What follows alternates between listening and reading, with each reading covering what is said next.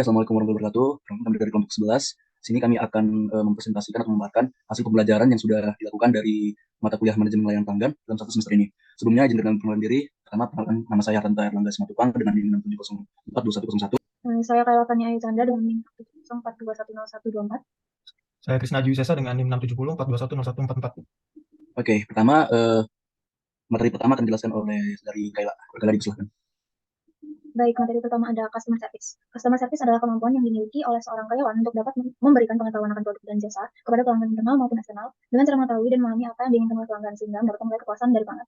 Profesi biasanya merupakan salesperson, assurance agent, pramugari, atau agent atau customer service environment merupakan 6 komponen yang membentuk lingkungan layanan dan berkontribusi pada pengiriman layanan pelanggan. Terdapat organizational culture, service, human resources, products, dan delivery system. Kemudian materi kedua ada service culture. Service culture merupakan sebuah lingkungan layanan terdiri dari berbagai faktor, termasuk nilai-nilai, keyakinan, norma, ritual, dan karakter dari kelompok atau organisasi.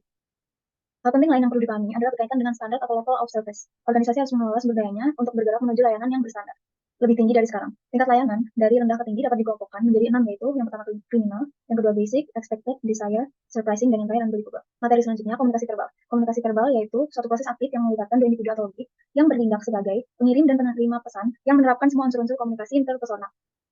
Berkomunikasi dengan customer service harus menggunakan kata-kata yang baik dan sopan, serta menghindari kata-kata yang menyuruh atau tidak peduli. Berkomunikasi positif dengan konsumen dengan merencanakan kalimat yang sopan, memperhatikan konsumen, dan menyapa dengan nama. Bahasa yang digunakan juga harus mudah dimengerti dan berpihak kepada konsumen. Yang terakhir, komunikasi nonverbal, yaitu pesan yang disampaikan melalui gerakan, gerak tubuh, posisi tubuh, kualitas vokal, dan berbagai sinyal yang dikirim oleh orang tak terucapkan. Sering disampaikan dengan komunikasi nonverbal. Kategorinya terdapat body language, eye contact, posture, gesture, kemudian appearance, yaitu pakaian, kemudian vocal cues, nada bicara. Sebagai customer service dalam komunikasi nonverbal, contohnya berupa bertindak cepat memandu konsumen secara langsung dan menawarkan bantuan. Sekian dari saya kembalikan ke moderator. Nah, materi keempat akan saya jelaskan, yaitu karakteristik pendengar yang baik. Itu pertama listening proses. Jadi kita sebelum mendengar dari customer, kita harus tahu proses yang benar itu bagaimana. Kemudian mendengarkan adalah salah satu aspek penting dalam komunikasi yang efektif. Tujuannya kita dapat membuka diri, penuh perhatian dengan customer, dan menghindari kesalahpahaman. Kemudian memahami masalah apa yang dialami oleh pelanggan. Terus ada proses dari mendengar itu sendiri. Jadi ada tahapan-tahapan dalam proses mendengar, itu kita mendengarkan pesan, kemudian kita ngasih attending, terus kita harus assign meaning. Kita harus mengerti apa arti pesan itu, kemudian kita merespon dan memberikan solusi terhadap si pendengar. Terus karakter yang bagus sebagai pendengar itu kita mempunyai empati, kita mempunyai ketegasan, dan kita harus objektif. Banyak hambatan yang dialami oleh pendengar, terutama khususnya sebagai customer service dalam melayani pelanggannya.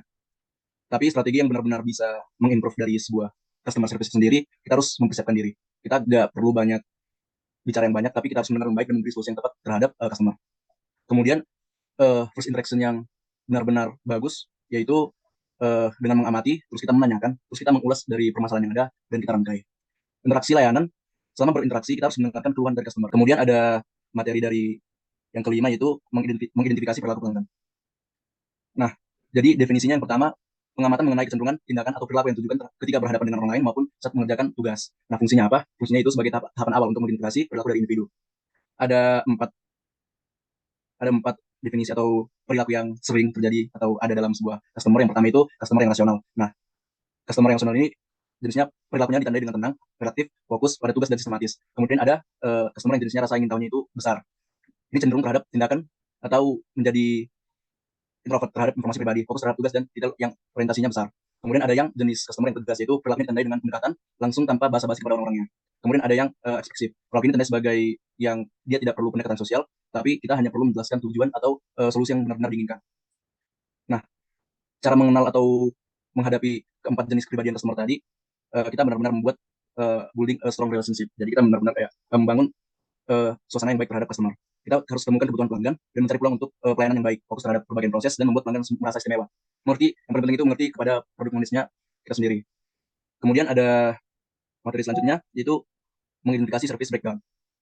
Nah, yang pertama itu tipikal customer ekspektasinya banyak yang berekspektasi kalau customer itu bakalan ramah, kemudian memiliki performance yang baik, menghargai pendapat pelanggan, kemudian memiliki rasa empati, mendapatkan pengakuan dan merasa diprioritaskan dan tidak membeda-bedakan dalam memberikan pelayanan. Kemudian kita harus mempunyai atau memiliki pengetahuan yang cukup terhadap produk kita sendiri, baik produk atau jasa, sehingga mudah diakses dan tersedia.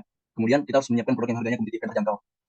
Kemudian dari produk dan jasa itu yang dapat menjawab kebutuhan dari seorang customer dan mudah digunakan dan aman dan bergaransi.